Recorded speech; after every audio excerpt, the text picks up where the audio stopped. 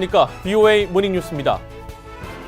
미 하원 중진 의원들은 북한이 미국에 새로운 셈법을 요구하며 거듭 연말 시한을 강조하고 있는 데 대해 미국의 셈법은 바뀌지 않을 것이라고 말했습니다. 그러면서 북한이 입장을 바꾸지 않는 한 협상 전망은 어두울 것으로 내다봤습니다. 첫 소식 김칸희 기자가 보도합니다. 민주당의 엘리엇 앵길 하원 외교위원장은 28일 VOA에 북한이 미국에 연말까지 새로운 셈법을 요구하고 있는 데 대해 트럼프 행정부의 강경한 대응을 촉구했습니다. 또 지난 몇 달간 북한 정권은 미국과 더 나은 관계를 갖고 싶다고 했을 뿐 미국이 원하는 방향으로 움직일 의사를 전혀 보이지 않았다고 지적했습니다. 그러면서 북한은 핵무기는 물론 개발 역량도 포기해야 한다고 주장했습니다. If they give up a few nuclear weapons and they can easily rebuild them, that's giving up nothing. It has to be to a point ultimately where they would give up their nuclear weapons and would give up the ability to build new ones. 하원 프리덤 코커스 의장이자 트럼프 대통령의 측근인 마크 메도우스 의원도 미국의 셈법 변화는 없을 것이라며 트럼프 대통령이 그럴 의사가 있었다면 하노이 정상회담을 합의 없이 나오는 일도 없었을 것이라고 말했습니다. 다만 트럼프 대통령이 북한과의 대화를 취소할 것으로 생각하지 않는다고 말했습니다. 그러나 북한이 미국의 입장에 대한 이해에 근거해 협상할 의사가 없다면 생산적 논의는 없을 것이고 북한이 빠른 시일 내에 합의하지 않는다면 기회의 창이 닫힐 것이라고 경고했습니다. But I do believe that the window is closing on an opportunity to get a good deal with the American people on behalf of Kim Jong-un and his people. 메도우스 의원은 그러면서 기회의 창이 닫히는 것은 미국보다 북한에 더 부정적인 영향을 미칠 것이라고 말했습니다. 북한의 연말 시한 압박은 입지가 약해진 김정은 위원장의 심리를 반영한 것이라는 분석도 있습니다. He sees that the world is ignoring North Korea at this point in time, and he wants to reassert himself. It's a bit of a hollow comment given the weak positioning. 코너웨이 의원은 북한이 원하는 것을 미국이 받아들이는 것이 북한이 생각하는 대화의 진전이라면 미국은 북한과 협상해선 안 된다고 주장했습니다.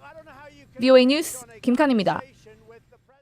미국의 대북 실무 협상을 이끌고 있는 스티븐 비건 국무부 대북 특별대표가 국무부 부장관에 지명될 예정이라고 미 언론이 보도했습니다. AP통신은 28일 복수의 정부 당국자를 인용해 비건 대표가 러시아 대사로 지명된 존 설리번 부장관의 후임으로 빠르면 이번 주 지명될 것으로 보인다고 보도했습니다. 비건 대표는 국무부위인자인 부장관으로 임명되더라도 대북 실무 협상 업무는 유지할 가능성이 높은 것으로 알려졌습니다. 러시아 대사와 부장관은 모두 상원 인준청문회를 거쳐야 하는 자리며 설리번 부장관의 러시아 대사 인준청문회는 30일로 예정돼 있습니다. 유럽연합 EU가 미북 실무 협상의 조속한 재개를 촉구했습니다. EU 대변인은 29일 스톡홀름 협상 이후 다시 답보 상태를 보이고 있는 비핵화 협상과 관련한 VOA의 논평 요청에 한반도의 항구적 평화와 비핵화는 외교적 절차만을 통해 가능하다며 실무 협상 재개가 그 핵심이라고 밝혔습니다. EU는 또 국제사회의 궁극적 목표인 북한의 핵과 미사일, 대량 살상 무기에 대한 완전하고 검증 가능하며 되돌릴 수 없는 비핵화, 이른바 CVID는 북한에 새로운 기회를 열어줄 것이라고 강조했습니다. 미국 유권자의 79%는 북한 핵 프로그램을 우려하고 있다는 여론조사 결과가 나왔습니다. 미 의회 전문 매체 더 힐과 시장조사 전문기구인 해리스엑스가 유권자 1,001명을 대상으로 지난 21일과 22일 온라인 설문조사를 한 결과 46%는 북핵 프로그램을 매우 우려한다고 답했고 33%는 다소 우려한다고 응답했습니다. 반면 별로 걱정하지 않는다는 응답은 14%, 전혀 우려하지 않고 있다는 응답은 7%에 불과했습니다. 하지만 미국 유권자들은 가장 우려하는 외교 사안으로 84%가 이란의 핵무기 보유 가능성을 꼽았다고 힐은 설명했습니다. 안정세를 유지하던 북한의 달러화 대비 환율이 최근 급격한 변동폭을 보이고 있습니다.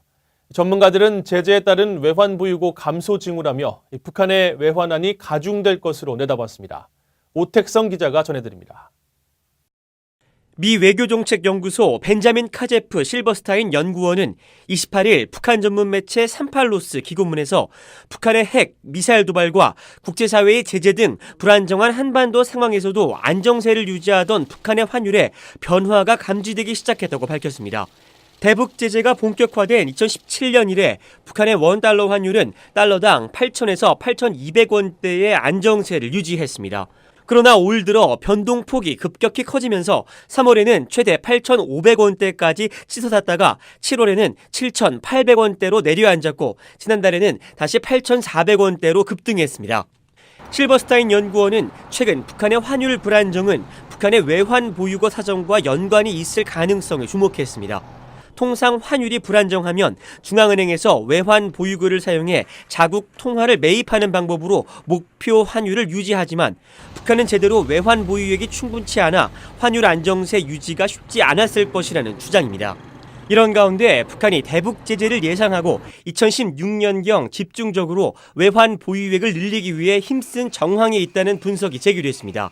And what he was estimating was that they were building up reserves of foreign currency in 2016 to give them a cushion to get through what was going to be a pretty difficult time when they started all that missile testing and all of that in 2017. 브라운 교수는 제재로 인한 외환 보유고 고갈이 북한 경제를 더욱 옥죄할 것이라고 말했습니다. Noises. I think he's very skittish. I think he's nervous because all of his efforts to reduce the sanctions have not worked. And now he's probably coming to some kind of deadline.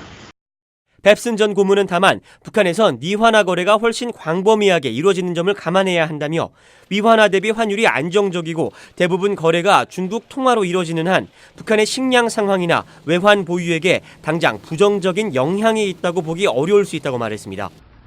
VOA 뉴스 오택성입니다. 세계적인 동영상 공유 사이트인 유튜브에는 북한과 연관된 영상도 적지 않은데요. 이 중 조회수 1,000만을 넘긴 동영상이 10개에 달하는 것으로 나타났습니다. 북한의 어떤 모습에 관심을 보였는지 함지하 기자가 전해드립니다. 북한, 카메라에 포착된 가장 대담한 탈출이란 제목의 유튜브 영상입니다.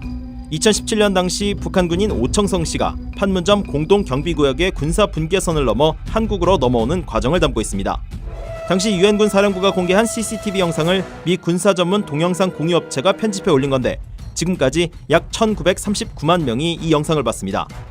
미국의 동영상 공유 사이트인 유튜브에는 이처럼 북한, 노스코리아 관련 동영상이 수만여 건 게시돼 있고 이 중 1,000만 조회수를 넘긴 동영상은 오 씨의 탈출 영상을 포함해 10개에 달합니다. 북한 내부를 보여주거나 북한 실체를 알려주는 해설 형식으로 북한의 공개되지 않은 모습을 담은 영상도 높은 관심을 모았습니다. 1,732만 명이 시청한 이 영상은 평양에 거주한 것으로 알려진 인도네시아인 자카 파커 씨가 촬영한 건데 평양 길거리에서 음식을 먹는 북한 병사의 모습이 흥미롭습니다. 또 존 올리버라는 코미디언이 자신의 이름을 건 미국의 한 시사 프로그램에서 북한 문제를 주제로 해설하는 영상, 또 북한과 남한의 모습을 비교한 유튜버의 영상도 각각 1,400만 번 이상의 높은 시청 횟수를 기록했습니다. 영상을 시청한 네티즌들은 댓글을 통해 소감을 남겼는데 특히 가장 많은 시청 횟수를 기록한 오 씨의 탈북 영상의 경우 2만 개가 넘는 댓글이 달리는 등 높은 관심도를 나타냈습니다. 북한도 우리 민족끼리를 비롯한 일부 유튜브 채널을 운영하며 대외 선전의 방법으로 유튜브를 활용했지만 상당수가 강제 폐쇄돼 지금은 조선의 오늘 등 일부 채널만이 남아있습니다. VOA 뉴스 함지하입니다. 북한이 금강산 남측 시설 철거와 관련한 한국 정부의 실무회담 제안을 거절하면서 문서 협의를 거듭 주장하고 있는 가운데 양측이 해법을 마련하기 쉽지 않을 것으로 한국의 전문가들은 전망했습니다. 북한연구소 정영태 소장은 김정은 위원장의 지시가 있었던 만큼 북한 당국은 해당 시설을 철거할 것이고 이미 북한 내부적으로 설계와 구조 등에 대한 구상이 있을 것이라고 진단했습니다. 한동대 국제지역학과 박원권 교수는 현재 한국 내에서 개별 관광 또는 3자 예치 방식의 에스크로 등이 논의되고 있지만 실효성은 의문이라고 말했습니다. 한편 한국의 국책연구기관인 통일연구원 조한범 선임연구위원은 북측이 50년 계약을 한 외국 자본을 내쫓을 경우 국제사회에 치명적인 불신을 심어줄 수 있기 때문에 현대아산을 강제로 철수시키지는 않을 것이라며 남북 간 협의할 여지가 있다고 전망했습니다.